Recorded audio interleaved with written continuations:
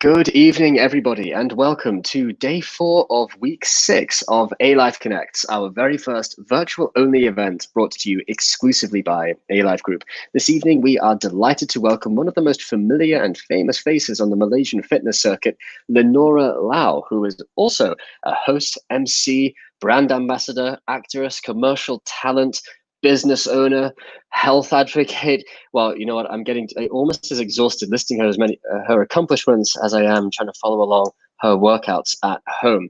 So Linora is not only an advocate for physical health, but a strong believer in, of course, the importance of mental health too. And she will be joining us tonight to talk a lot about the latter. She'll be sharing with us some personal insights into relationships, into mental health, and of course, the importance of good nutrition. Healthy body, healthy mind, after all. So please help me welcome Linora. Good evening, and thank you for joining us.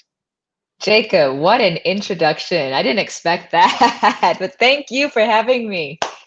Thank you. Linora, it writes itself, honestly. I was trying to memorize all that. Took most of my day, to be honest with you. Like, what is it that, what don't you do? I don't sing. I used to, but not anymore. Yeah. Well, at used to. So I was going to say, I feel that I am not a singer. As much as I enjoy a really good karaoke session, I'm like really bad at singing. But I still have fun, right? It's the thought that counts. That's right. Well, thanks so much for having me, and I'm so glad that you guys are doing this platform, putting out this platform where we can just talk freely about things that's happening in the world. And I mean, because there's a lot that's happening right now, especially when we're all stuck at home. There certainly is. Yeah. Well, you know what? We missed you guys. I think the last time I saw you, I mean, God, it's a while back now. It might have been at the Remy Martin event sort of last summer. But obviously, ALYFE do a lot of work at events and so on, but it doesn't seem as if those are going to be happening anytime soon. And we missed you guys. So we thought, why not create this platform? Why not create this space? And as you say, we want to create this safe space almost to bring different people on from different backgrounds, different industries, companies, sectors, everything, just to talk about topics that are very meaningful to them. And we've had some fun. I think it's week 6 now. We've had a whole lot of different performances and special guests and everything. It's been really wonderful. But always we really love, and I think the connects in ALYFE Connects really comes from the fact that, as you said, we want to invite people to talk about these whatever they want, whatever's going on. So we're very excited to hear about what you have to say, because like I said, you're a huge advocate for mental health, as well as, of course, physical, and often the two are very, very closely intertwined.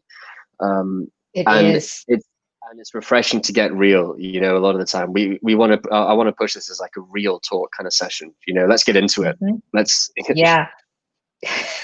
Well, what would you like to know first? Yeah, it's a good place. A good place to start would be, I mean, as busy as you are, you're I know that your lifestyle revolves a lot around being out and about, whether it's at the gym or at an event, or or hosting something, or whatever that might be. And obviously that's kind of come to a bit of a standstill lately. So we've all been locked indoors, which I know has taken a toll on people mentally in many ways. So firstly, I want to know how you are. How are you, Laura? How have you been? How have you been, and what have you been up to at home? I thank you for asking that, and I think that's like the main question. Whoever I speak to, if it's a fresh face, to just know how we're doing. And honestly, I'm doing actually really well. And the reason I say that is because the MCO has, on one hand, is where people are. Some may take it as like, oh no, I don't know what to do for those. And some people actually question, like, for me, I'm such an extrovert. How am I going to handle things? And most of my job deals with outdoor activities, fitness events, or even coaching people. It's where I have to be interacting with people physically. And this MCO actually has made me take the time to reset myself. And that's why in a way, I actually like it, so to speak, because it got me to chill down, to really just take a moment, take a chill pill, and say, come back to basics. In fact, that's what I was actually just talking about on my feed yesterday, of how the time that we are here, and now it's already past 60 odd days. In fact, Jacob, just letting you know, I have not gone out yet. Like, I have not gone out for groceries or whatever. I've gone out for maybe a short drive around my housing area, but that's it. I have not gone out yet. You really have a lockdown now. Well, Yeah, you are following the law to the letter. I like it. I must admit, I've been out a couple of times grocery shopping, but otherwise, I haven't left like a 2 kilometer radius from my house. I've kept it yeah, very, very low key. So, yeah, but no, I'm good, and I'm good to hear you're doing well, and it's good to hear a lot of, I think, and to be honest, actually, it's very positive, and we're glad to have heard a similar message from a few of our guests that we've had in the sense of it has been this wonderful time once you adjust to the reality of what really is going on, that hmm within your space here, within your home, it's a great chance to reflect and recharge and reset, revitalize, recuperate, all of these things, yep. because It's the re thing. Yep, and yeah, rebuild or even build yeah, actually. So it was just indeed, yeah, interesting that one of the messages that I was listening to is that during the time that we are at home is when I believe that we are in a season where we are rebuilding a lot of things, not just us, but even the world is yeah, rebuilding itself. yeah. Environment is renewing itself, though from I have not seen it, but I would like to think that with the with lack of less of pollution is definitely doing better. And I think it's also this is rebuilding humanity of Mm, being more empathetic and understanding towards each other and realizing that this is not just about life isn't all about the rat race all the time, and yes, there is yeah, actually more to it. I mean, this goes down to even asking the simple question of what exactly is purpose of life. And I know that sounds like such a big that is deep a big question. question. Yeah, it's very big and very deep, but in the end this is I mean, with the COVID of how it's going about, right? I'm hearing people who are so young at the age of 40 something. Like I was just sharing, Jacob. I heard one friend. She was telling me that a person she knew died at the age of 47, and this was Oh, from COVID. this is, And oh wow, he just passed away. This was not to get morbid, but I'm just sharing to see the importance of how we need to be very mindful for a lot of things and how life is so precious. So he passed away at the age of 47, and this was just he was diagnosed with COVID a few days before the MCO, and oh the next thing you know, he's stuck at the hospital. He's quarantined there, and he could not see his family. He's left a yeah, wife and 3 kids, and obviously, when he passed on, they were not there with him. So yeah, when I've I come think across. of something like that, Jacob, it makes it go like, do not play. I mean, like I'm saying to anybody who's watching right now, even though it's good that it's slowly releasing, but I still think that we need to be ever so fervent in making sure that our immunity is up and just staying strong and always hope and always realizing that there is hope in this entire situation, but don't let it be a thing of where we just I forgot what's the word for it. There's a term for it where we just think like it's never going to happen to us. And I'm sure a lot of people think like, okay, it may never.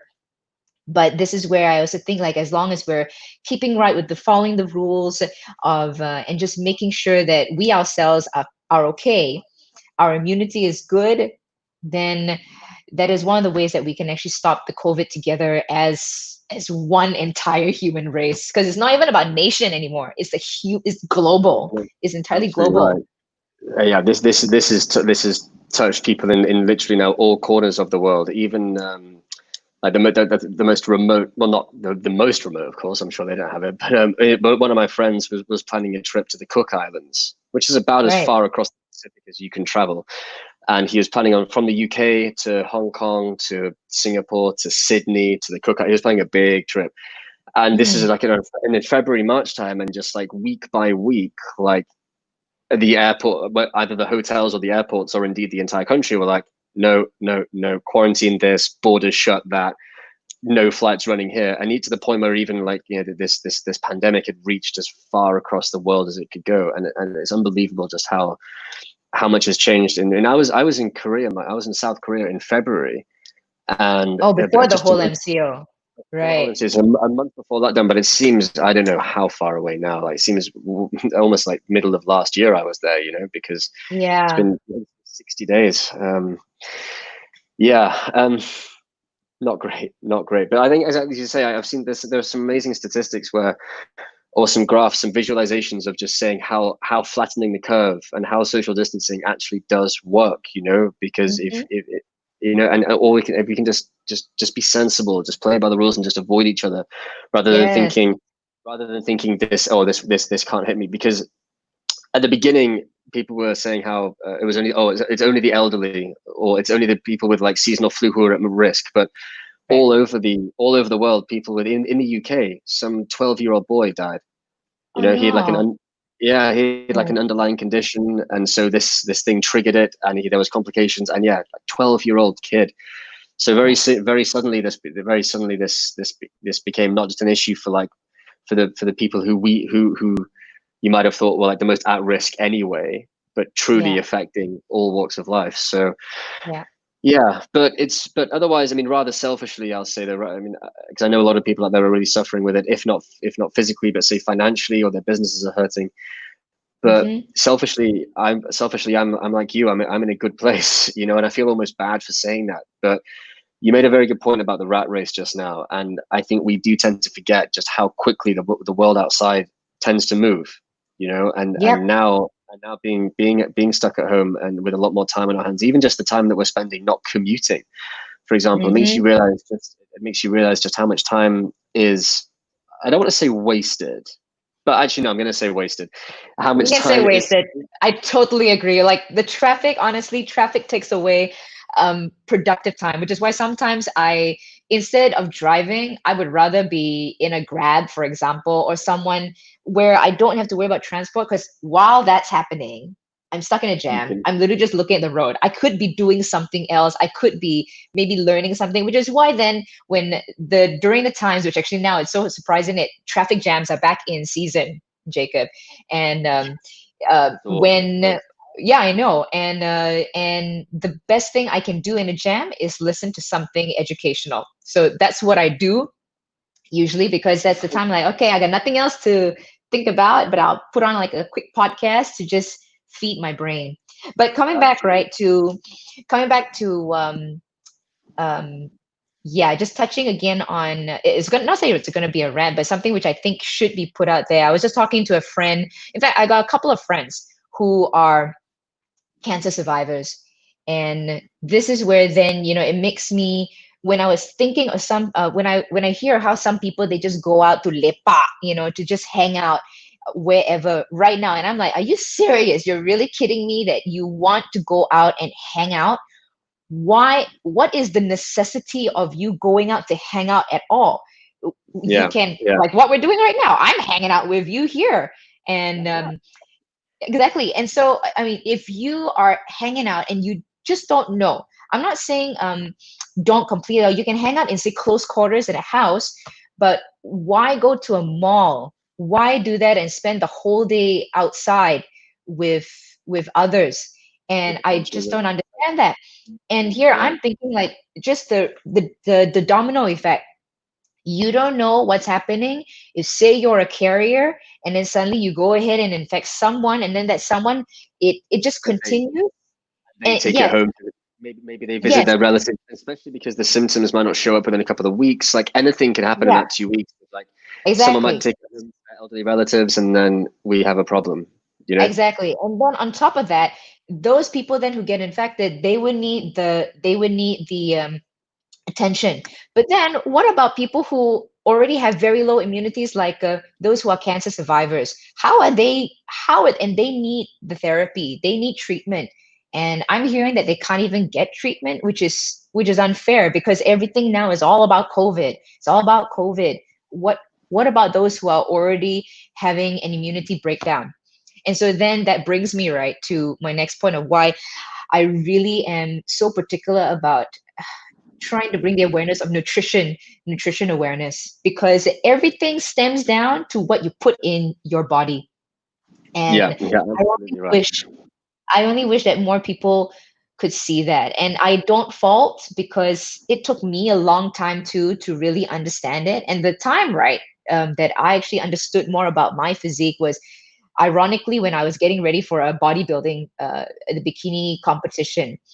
And the only reason is because my coach is such a holistic guy that the way he got me to lean down was really about teaching me how to look at food properly, how to have a better relationship with food, and knowing what actually works. Sometimes it makes me think like, you know, House, the TV show House. Yeah. Uh, With that. I guess and it's so like it's mindful eating, right? Like being much more aware of the relationship you have with what you're putting in your body, because your body is your engine, right? And your body and yeah, your engine, fuel, good fuel. exactly. But Yes. just very quickly, Noah, because nutrition is a very important. It's a topic that's very close to my heart as well, and I'll tell you why in a minute. But before we get to that, Right. I'm wondering if you're up for a quick Q&A, because we've had a couple of interesting questions from the audience who are asking Sure. about Okay. mental health. Yeah, so we get these comments that show up on the Facebook group. So the first one is from Forrest Vince Chan, who is wondering. Yeah, I mean, you might. I think. Do you know Forrest? I mean, like, you guys probably you run in very similar circles. You guys must know each other. But Yes. Forrest also, by the way, quick shout out. Forrest also mentions your podcast. So for those of you who haven't, check Oh. it out on Spotify. There's good content there too. But Forrest's question Oh. is related to mental health and how how you would approach offering words of encouragement to somebody who has lost their job in the midst of all this. Like for someone who might not have the luxury of spending this time at home, working on like a passion project because they've lost their only source of income, for example. Like how it's obviously very delicate, and personal It's matter, very because I know delicate. because losing a job with or without this global catastrophe taking place, like losing a job is actually can be like a very distressing experience, and some people feel a lot of shame about it, some people feel a lot of guilt, some people feel a lot of embarrassment, because it Mhm. brings up feelings, of course, of being inadequate or whatever else have you. But especially now, because the stakes are so much higher, I guess Forrest is asking what you would say to somebody who's in that position right now. Honestly, I'm not a professional for something like this because we don't know how far it goes down with their mental health. But I would Mm. think the first thing to just do is to be there as a support system. Because the thing is, there is nothing you can say that will make the situation better.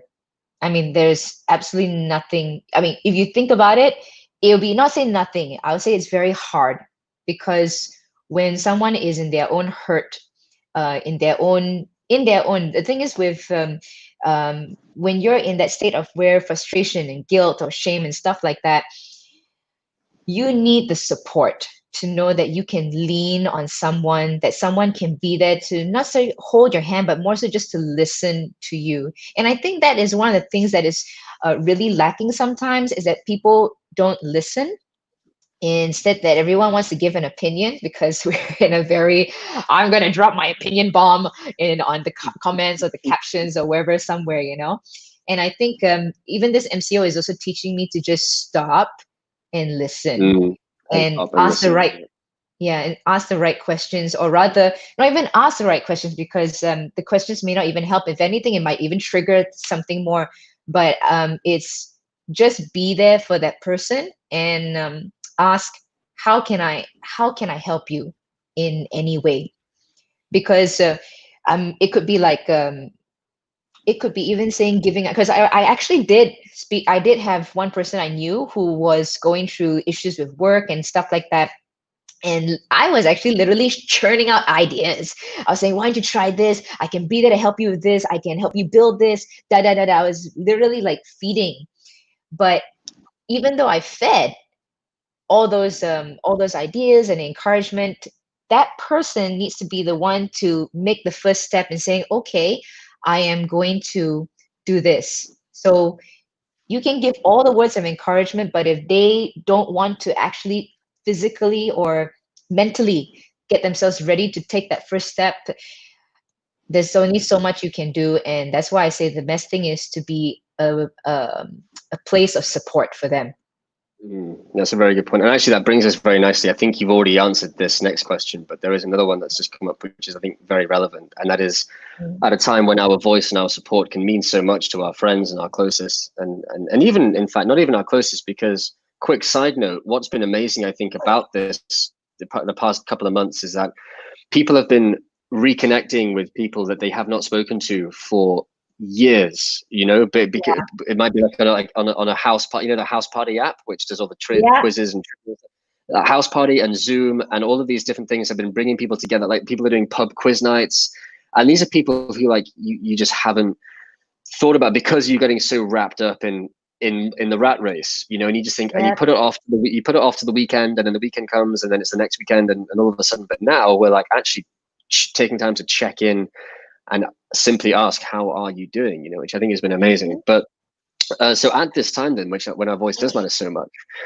when is the right time to listen and when is the right time to speak? And I think, you know, you touched on it just then very nicely in your answer, and that is, I think the right time to listen is always first.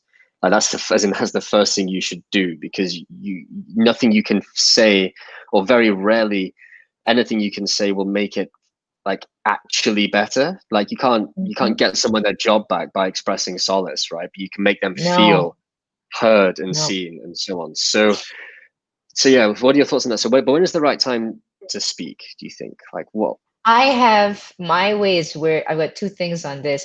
One is always to listen, and the time to speak is after you pray, because sometimes the thing is we are very quick to speak most of the time, and very rare we take the time to actually say, all right, I want to hear it out first.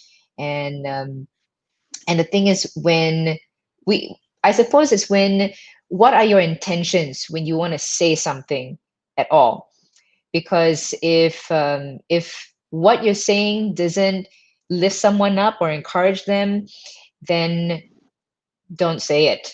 That's how I would put it. But always listen first, take it in, have really have a thought process about the whole thing, and then only consider speaking about it. But also it depends. I forgot to mention, it also depends, what exactly are you referring to? Is it about um, an argument? Is it about an injustice that's happening? Is it about what exactly? So that also depends.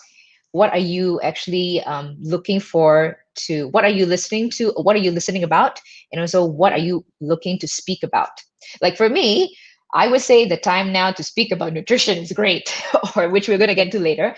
Or rather, I say the time to talk about mental health is, there is no greater time to talk about it, because in society in general, people think like, oh, if there's something wrong up here, that means you're cuckoo, or you're just um, not a person who's strong enough. And I can tell you, no, we should speak out the fact that sometimes you go through things because you're human. Everyone goes Yeah. through things. And what I like about talking about what I think is important now is to show that, hey, I'm not the only one that's going through it. If I speak out, there might be someone else who could be going through it, and you could have saved them a whole lot of pain. Yeah. So, like I said, it depends exactly what exactly is it you want to speak about. Thank you for the question, though. Yeah, thank you. I'm afraid I can't share their username because they need to allow StreamYard access or something. But whoever you are, thank you for the question. It's a great question, but a little broad, perhaps. So I think the answer is it depends. But there is always, I would say, it is always the right time to listen. And as far as speaking is concerned, it really depends on what there is to say. But again, you made a very good point just then, Lenora, about now more than ever. Literally now more than ever. I think it's still Mental Health Awareness Week globally. So I've seen a lot of very inspiring and positive message on social media, where people are really opening up to themselves, to their audience about themselves. And you're right. If even saying it, if even expressing some vulnerability and some real human emotion helps even one person, then surely it's worth doing. You know, it can only be Yeah. worth doing, Yeah. because you're right. Again, you made a very good point. We are human. Things happen to us because we are human, and there is not a soul on this planet who has not gone through a time that they felt difficult or frustrating, or that dealt them with extreme anguish or anxiety or inconvenience or whatever that might be, which is really like caused them distress. And I think people need to be, because ultimately that's how we can all relate to each other, right? And in a world in which we can Yep. all relate to each other, that makes us all one greater community, I suppose.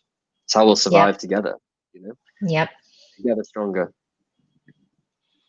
I would say it's communicate Yeah, where you can. Don't be afraid to just speak wherever you can.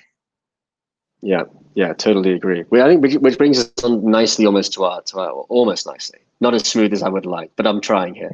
But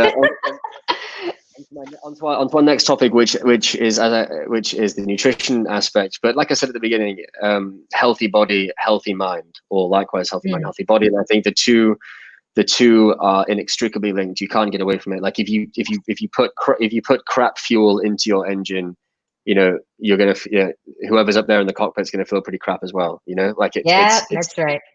one whole thing, and like good health, and it's down at the biological level. You know, like I think they say Hmm. good health starts in the gut, right? And then that's because that's what all of your enzymes, all of your hormones, all of your everything is being released through the body. And if you fill it full of crappy junk food, then you ain't gonna feel so hot.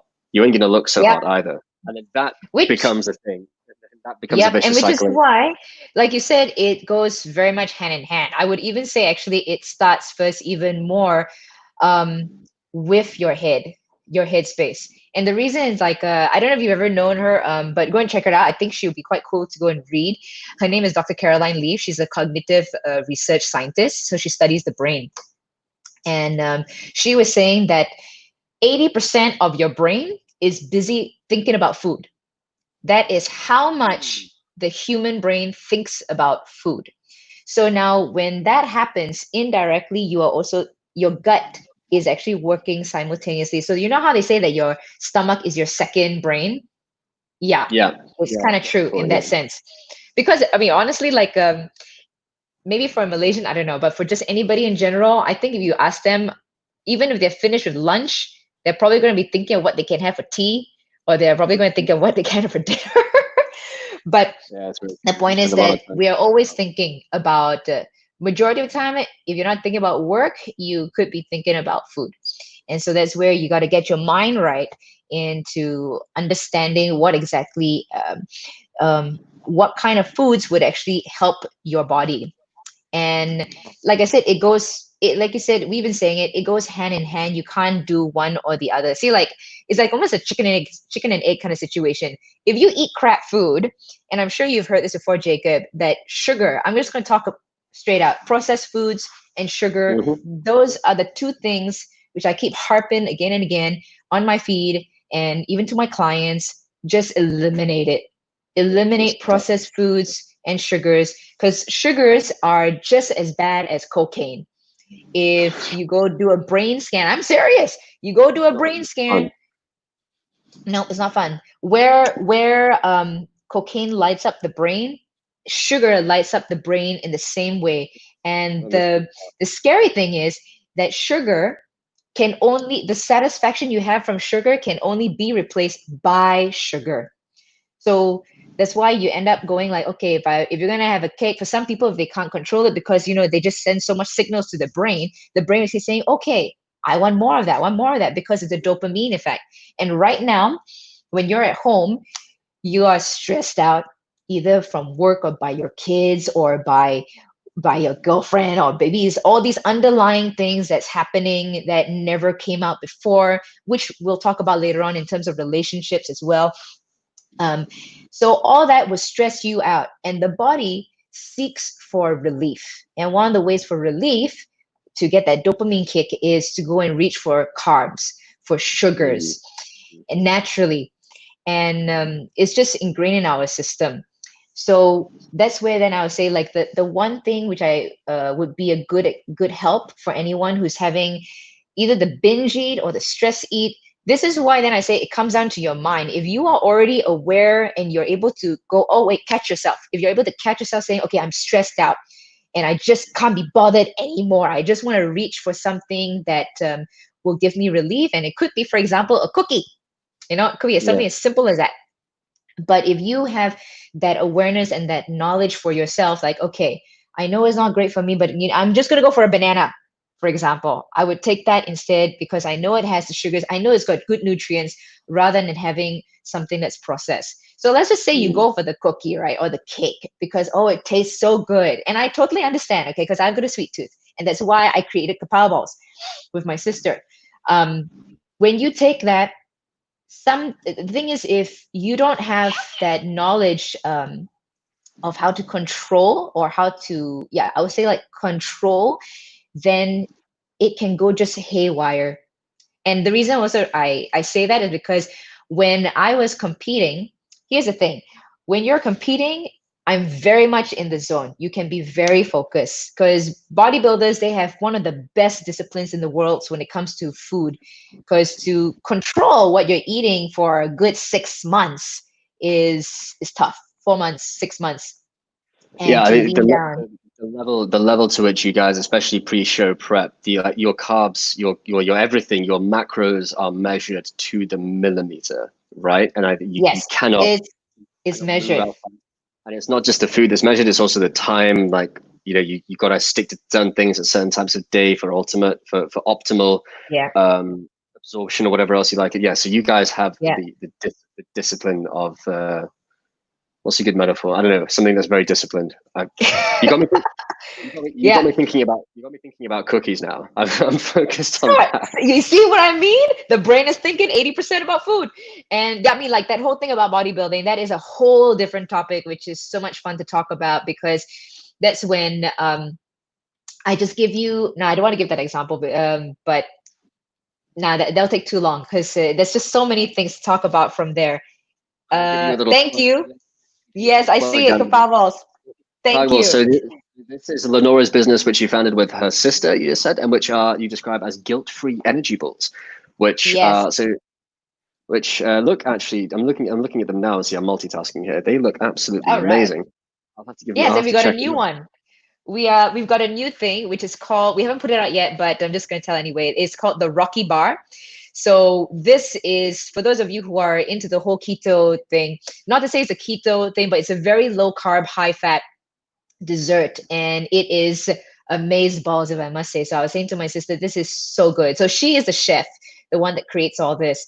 And the reason why I keep harping to her like, Ness, we got to create something here because I can see it from my clients and also from just friends when they say like, oh, I can't get rid of, I just want to reach for biscuits, or I just want to reach for see, I just made you do it. I roll up. You take your cookies again.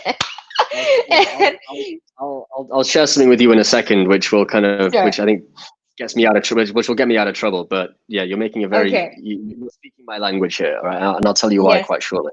Okay. So what I was saying is that I wanted, the whole point for us is to solve cravings, because if you can solve, the thing is cravings can be solved by feeding yourself, filling up yourself with, of course, fiber stuff like your vegetables and your proteins, but sometimes Mm. you just need something which is sweeter. And that's why all the stuff we've made is from natural, from dates, is from peanuts, is from nuts, nut butter. My sister makes it herself. Everything is homemade. It's basically artisan balls, if you want to call that. And it is because, and everything that's in there is natural, as natural as they come. So that time, right, Jacob, when I was competing, the only dessert I had for 5 to 6 months, I did not touch any cake. I didn't touch any donut. I didn't touch anything that was processed. My only treat was kapow balls, and I got down to my lowest body fat percentage ever, which was 12% body fat. Oh my. All right. And that was also the time. Can I just tell you, when I eliminated sugars, right, Jacob, my headspace was the best it's ever been. I felt so good. I don't know how I explain it, but just overall, I felt so good. I could see it, and visually, as I see the results, it also Mm. helps my brain. It helps my mind at the same time. But Yeah, I think then, what sugar? Oh, sorry, go on. sorry, just the last bit. But then, the minute I got off comp and then I touch sugar, and the thing is, when you go off comp, people just kind of go rampage with sugar. And yeah, it's totally understandable. It's totally understandable. And not all athletes are able to pull back. Really, it's something which I will admit, even for myself, that you got to learn. It's something that I have to learn. But actually, I was fine with it until I got to a point where I was stressed out about stuff again. And what was I saying? So the minute I touched sugar, for the next 2 months, I kept saying, you know what, I'm just gonna go back. I'm gonna stop. I'm gonna stop. I'm gonna stop. But because of the sugar, right, and my natural sweet tooth, it was hard to stop. Every night, Yeah. every other night, I would say to my friend who's also a bodybuilder, I was like, babe, let's go to, I think it was Huckleberry, and let's just go have the cakes and the muffins over there. And I said, this is the last time. This is the last time. Then after that, next thing I know, I said, okay, the last time is going to happen on Christmas. And then the last time is going to happen in New Year's Eve. So it, until the brain can actually say, stop it, or you have a friend or a coach that says, stop it, it will be hard to stop. So yeah. And it's understandable though. It's on a biological level though, because of what sugar spikes do to your body and to your brain, and then when they wear off, it's like going back to the cocaine crack comparison. Yeah. All your body wants is that feeling back again, and especially with I read something interesting once somewhere which talks about like donuts specifically, and like there is nothing in nature which comes close to the combined like fat and sugar content in a donut, right? There is like because you can have like banana muffins, which might trick your brain into thinking they're a little bit healthy because there's some fruit and fiber and potassium in there. Right. Okay. There is nothing in a donut, right, which is natural in the slightest, and yet, and that's what makes it so moreish, because your brain, your body almost can't process what's going on, but it knows that it feels amazing. It feels crap, but then you think, okay, if I do more of that, I'll feel amazing again. It's like chasing this literally high, this sugar high. And, exactly. My first things that I had was actually a donut. Yeah. 2 donuts to be exact from I don't know where. Yeah. Oh, that sounds good though. But I think because it's like a primal, because they give you that instant hit of glucose, of energy, and like your body then is primed for hunting or whatever it is that your body thinks it has everything it needs, and then it wears off real quick. But what's amazing about all of this to me, and the reason this is such a topic that's very dear to my heart, and why I'm delighted, because I'll admit, Lenora, I didn't know you were doing this Kapow balls thing, but now that I do, I'm going to be bothering you for boxes of the stuff, because I'm type 1 diabetic, right? So I've been diabetic for 10 years, and I had I bet my sweet tooth was worse than yours. Like I was a kid, I would go to restaurants and I would pour sugar packets down my throat, and I would put 6 teaspoons of sugar in my tea. I was like that kid, but I'd never put on any weight. I had a good metabolism and I was always active. And then out of nowhere, like 10 years ago, they said, right, you're type 1 diabetic. And so like that, I just had to just turn myself off biscuits, cakes, treats, sweets, cookies, crisps. Like I ban these things now from the house effectively. But that in itself is actually it's almost as bad a relationship to have with your food as it is to just binge on the stuff. Because then if you restrict yourself for so long and then you do give in to one of these cravings and you binge, that does serious like lasting damage. So I think, as with anything in life, balance is key. And so and the more natural the more natural your sources of food, the better. But at the same time, we can't deny ourselves like these sweet like sensations, if you like, but to find them from dates and raisins and everything else is of course much better. So it's not like you can't just say, right, chicken and broccoli, that's it, that's all you're allowed, because that's the most miserable existence I can think of, so and that's honestly like that when people think, right, that you have to lean down with chicken and broccoli, it's so wrong, because I don't know where your stance is, right, Jacob, on nutrition, but where from what I've learned is you're meant to not just eat chicken and broccoli. You're meant to have a variety of food. You're meant to have from lamb to fish to ostrich to kangaroo to, please don't eat dogs, but I mean like, it's that variety. Yeah, no. I mean, dude, can I just show you something, all right? This is actually what I have as my snack sometimes. Go ahead. Freak out about it. Oh, is that crickets? Is that crickets? Yeah, that's crickets. Yeah, that's crickets. They are an excellent source of protein, and I reckon in about 20 years' time, you eat that? I have eaten that, and I think it was in a protein bar. But no, I'm all for it. I think it's great, and also because I think that in about 20 years' time, if not before, these things will save the world. These things will be what like we are consuming as our main source of protein, you know, because God knows by then we'll have wiped out everything else on this planet. We'll just be surviving on crickets Oh. and water. No, but yeah, I mean, oh gosh, this is so cool. This is the first few people, the only one of the first few people that actually don't freak out when I show crickets, because everybody's like, oh my gosh, no, no, no, and I'm like, dude, if you only know how much this can actually save the environment and how tasty they are, and this eliminates the issues of like carb, and it just helps with protein when you want something else. I'm so happy that you are open to it. I mean, I'm not gonna lie. I mean, I probably wouldn't keep a big jar by my desk, but I'm up for like protein. But I've seen a couple of these protein bars which are being made, and I think they're awesome. I think they're a great idea. But yeah, maybe a jar. I'm a little way off a jar yet. But I mean, are they like, how are they prepared? Are they flavored? Are they like barbecue crickets or like? So okay, I'll just give a shout out to my friends Ento. So I first found about edible insects through my coach. As I said, he's so holistic. Okay, he's the first person. Like the first one I think I ever tried was the mealworms. So some thoughts about edible insects, right? Edible insects, the one that has the least amount of fat is actually the cricket, so far from what I've researched.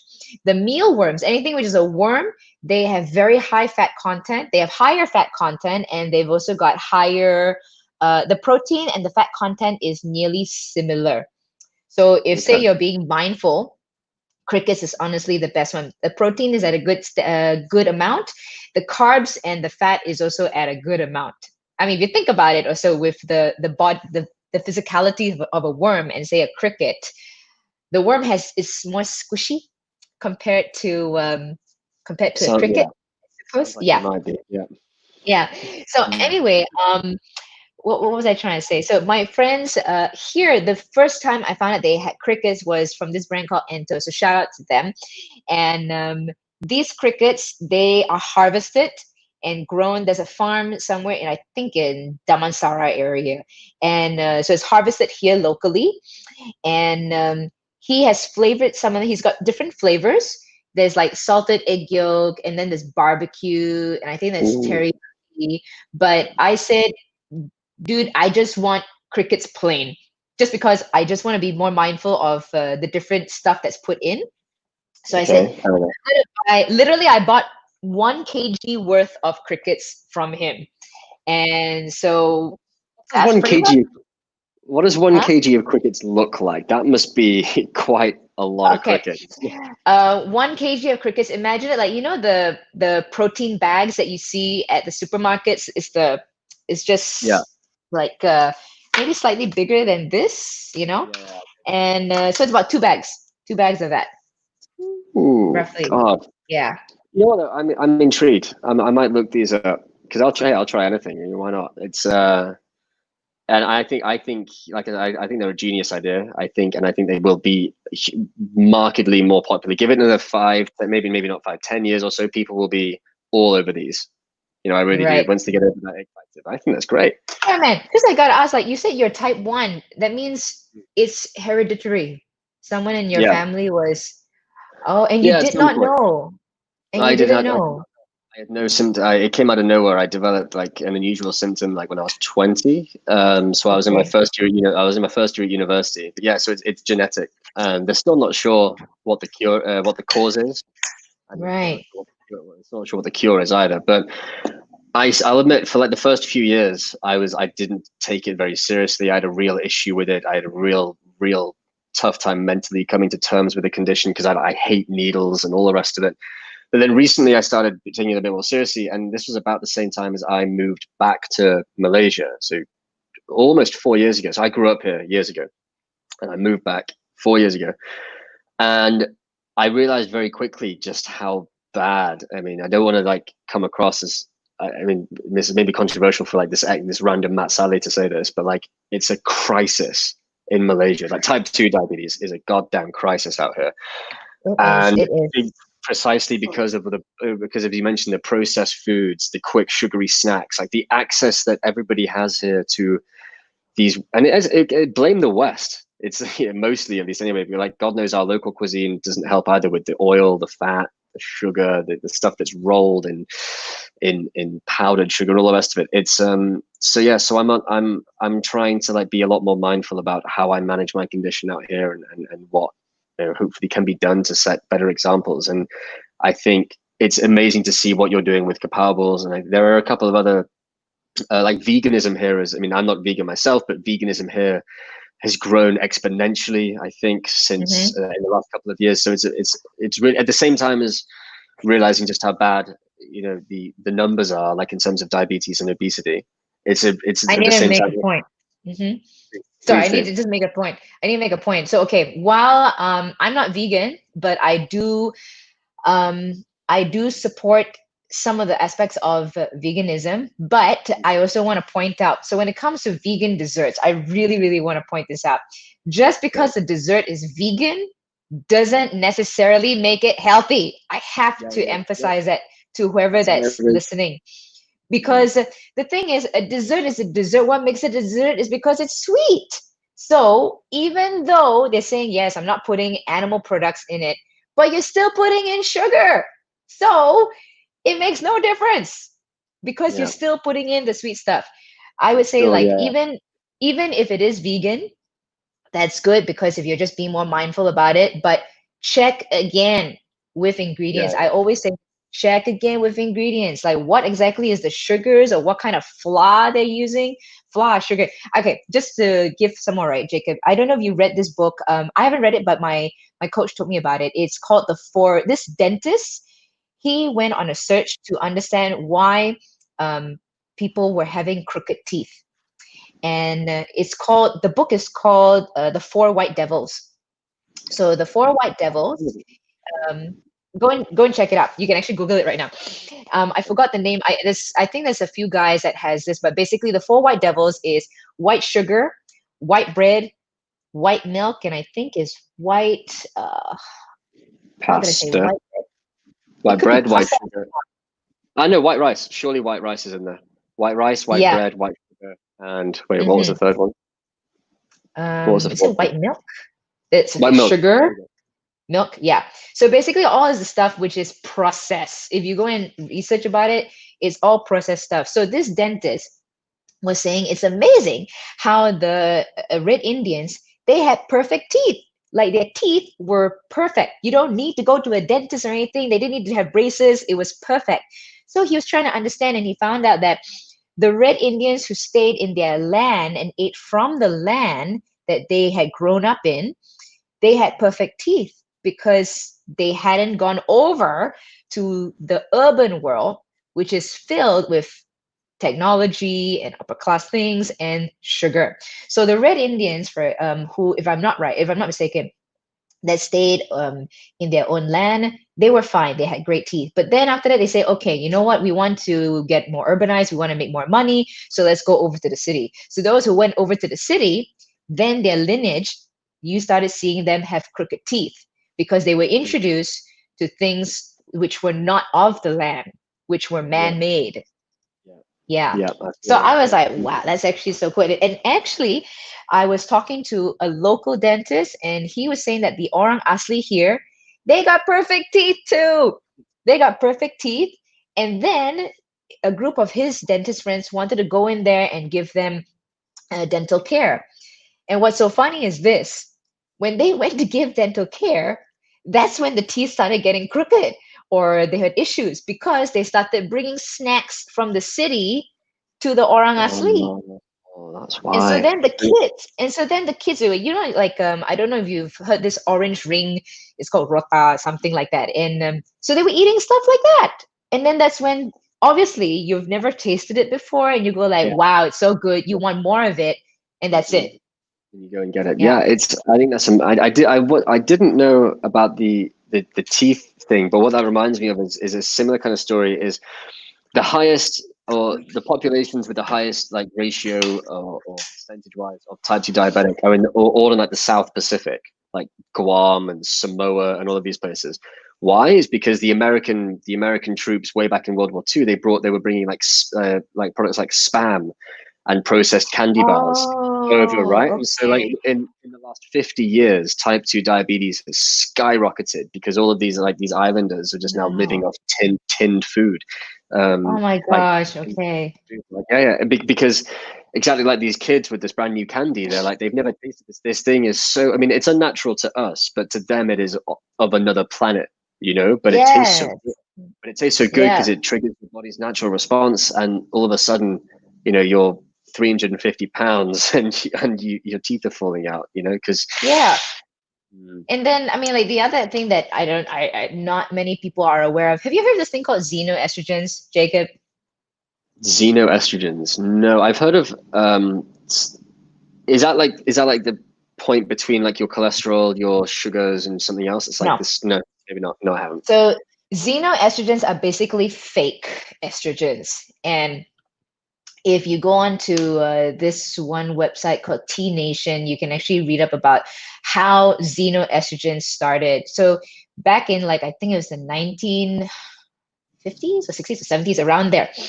What happened was they said that they want females to be able to reproduce a whole lot more. So in order for females to reproduce a whole lot more, they got to amp up the estrogen. So what they Mm. did was they created an estrogen. They created it and then they injected millions of females with this. And then they found out that actually this was not doing anything good at all for the females. And then what happened was this xenoestrogens, where they're going to put it since they've already created it, they tossed it into somewhere in nature. And then when God. they did, they found out there's this one either a lake or something like that. I can't remember what, but you have to go read it. There's this one lake, and where they tossed those xenoestrogens, the crocodiles over there, they started growing things that they were not supposed to have. Like males were starting to have different kind of genitalia or something like that. Those were the animals that got affected. So they also found out that this xenoestrogen, it's very similar to plastic. The molecule, when you break it down, is actually similar to plastic, which is why they say that if you can, don't take stuff that is already put into a plastic unless it's BPA free, preferably, because what happens is plastic, the xenoestrogens, when it goes into your body, it will be considered like a toxin. And that's also one of the reasons that you end up, for a lot of people, they end up becoming fatter and fatter because this is what happens. So this is, say, for example, your organ, and fat will be there as a buffer to protect it from toxins. So like, say this is toxin, this is your organ, this is this is toxin, this is Yeah. your organ. So what happens is the body will go like, oh look, toxins has come in, you got to protect the organ. So what do? Fat accumulate around the organ, accumulate so that the toxin doesn't hit you. So that's why, when they have visceral fat in the body, Yeah. that's the reason why it keeps collecting, because we got all these fake estrogens that's in there. And it doesn't matter whether you're female or male. If you're a male, and if you see, for example, males who are a lot bigger, and they even have chests, which is, they almost look like breasts, or if, say, a male cannot perform, those are signs actually that you may have excess estrogen in the body. And wow. And are these found? I mean, nowadays, I mean, you mentioned like the original experiment they did in dumping it, but are these products still found in many foods today? Like, are they? Xenoestrogen, unfortunately, is found everywhere from the water you drink to your perfume to. So that's why it's, while it doesn't sound great, but the good thing is your body is a natural detoxifier. So if your body is efficient in detoxing very well, then you are able to efficiently get rid of all that nonsense. Yeah, as long as what I read somewhere else is an interesting point. Is that people will come off like a heavy weekend, maybe like a stag do or a birthday party or something, and they'll be like, Uh-huh. oh, I've got I've got to go on a detox. And they'll go on like a special juice cleanse or whatever. Oh my gosh, I've got so much to say about those things. Yeah, there's probably a whole separate session because it's old, it's bunkum, right? It's nonsense because the body itself is the body itself can manage perfectly as long as you stop putting toxins in it. So the detox, just drink. Well, you don't need to flush it out with celery juice every day. I mean, it helps. Drinking celery juice is great. Celery juice is great, but it's not going to cure your, it's not going to rid the poison from your body just if you go on like a couple of day juice cleanse after a big night out. Just drink water and just take a few days off. Your body will do fine without these expensive, ridiculous, pseudo-scientific, but fancy sounding cleanses. The one I can't stand, like you said, right, Jacob, like it could be a whole different topic by itself. I mean, a whole different talk.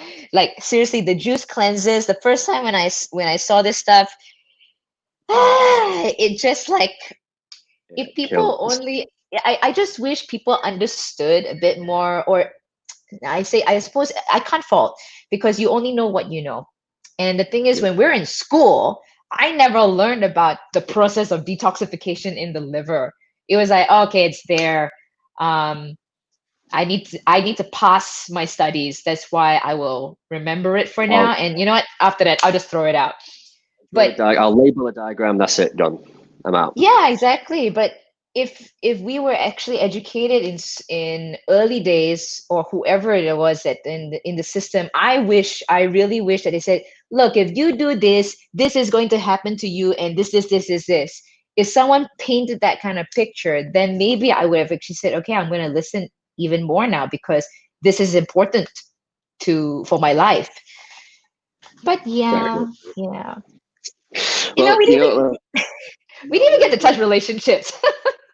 but maybe, I mean, if you think we can, I mean, I don't want to cut it. I don't want to compromise it because I know that's a very important topic too. But like we've discussed the relationship with food so much. But before we wrap up the session, it would be nice just to touch on very briefly, maybe as a final thought, almost as a message of hope. Because I know for some people they might have found it kind of difficult to be locked indoors as they see it with the family during this time, for example. So I think we've covered, I mean, we could continue to cover, and I think there's a whole other session there to talk about the relationship with food and our relationship with food. But as a final thought, perhaps I could get your thoughts on the relationships with ourselves and others, and like what your approach to that has been during this MCO. Because for anybody who's watching who doesn't follow Linora's Instagram, and if you don't, you should, and the name is right there at the bottom, you've been having a lot of fun with your mum at home. I saw there was a beautiful Mother's Day workout video you put up recently. That was really, really cute. So you've been getting your parents involved. I saw your dad doing one as well. You got him up and stretching. So you've been having some fun with the parents, it seems, during this lockdown, which is great to see. And I know a lot of people have actually been very grateful for the time they spend at home with their families too, again, because we're so wrapped up in the rat race, we don't have time to appreciate this time at home, which is the most important time. But equally, some people have found it like a little bit less, shall we say, or that they're a little bit less grateful for it, shall we say, than others, because sometimes, an efficient family unit is based on a very delicate balance. And as long as one person's here most of the time and one person's here, and they have that so they can come together for that space, that's what makes it work. All of a sudden, you're in this environment all the time. It might not just be what is right. So as a final thought, Linora, tell us a little bit about, I guess, your approach to this space, your relationship with relationships, I suppose I could say. I go with where always know that you are supposed to love the person next to you. Whatever it is, you should show love to whoever it is. Doesn't necessarily mean that it's your family member or your friend. Every person is a person, and we need to remember that. We don't know what they're going through. We don't know what they're thinking. And the other thing is, that's the first intention of always showing love. And then the next part is also communicating with your family members. Do not be afraid. Okay, we're just talking, say, in the safe space here. Communicate with them, because they are the people who, hopefully they're the people, like, I know not all families are perfect, but communicate with one another, and that is extremely key, because if you don't communicate and you keep stuff inside, how will they know what exactly is going on? And then the other part is to be empathetic. If they are going through something, listen, because like I said, everyone's another person. Show love. I'll put it this way: show love, communicate, and empathize wherever you can for relationships inside the house and also outside the house. Excellent. Well, I think that's a wonderful message to wrap up on, and some very, very sensible and prudent, I think, at these times, advice to take as well. So thank you for sharing that with us, Linora, and thank you for joining us tonight and giving us your space and sharing with us your energy about this. I think I've had a lot of fun. I think we should do this again. I think there's a lot we could talk about as far as Yeah, nutrition. man. Dude, we Great. would probably spend a very long time. I can just imagine it, say if I was having coffee with you, that's it. We'll be at a cafe and we'd just be going on and on and on. Like we'll be just nerding out on these little We'll be, things. But yeah, I think it will be several coffees, to say the very least. But I look forward to it, Lenora, and hopefully when it's safe to leave the house, we can catch up again in person. But until then, I'll say for now, keep doing what you're doing. Stay indoors. I'll do my best to do so as well. And keep making these videos. By the way, we're going to be putting out a link in the comments to a survey, which will include your YouTube channel there, because I know you've been pushing thank YouTube a you. lot, doing a very, very good Thank job. you. So for anybody watching, I haven't got the link here, but just search Linora Low on YouTube, and there's a lot of great content there for you guys as well. So Thank you. for now, Linora, we'll say good night and thank you again, and we wish you all the best. You're doing a great job. Keep it up, and hopefully we'll see each other soon. Yes, thanks so much, Jacob, and to ALYFE Connects, ALYFE Group. You guys are doing a great thing of putting this out. I love how you're just doing everything, and I really hope that you get more people coming on to view this. And I'm also going to be sharing it on my site too. Great job, guys. Love it. Thank you. We appreciate it. Well, we're only as good as the guests we get. So you guys make the show ultimately. You're a great host, by the way, Jacob. So kudos to you. Thanks, Lenora. Well, I mean, otherwise I'm just talking to myself, right? And no one wants to hear that. So we're very grateful for you guys coming on board. But maybe we'll do this again sometime. I've had fun.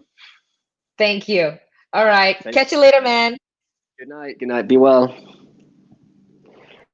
And there we go, the wonderful Linora Low. And it's not hard to see why she is as busy as she is, because a woman with that much talent and energy and compassion has a lot, certainly, to lend that energy and compassion towards. So we can't wait to see what she keeps coming up with on YouTube. She's putting out a lot of great content on her Instagram channel as well.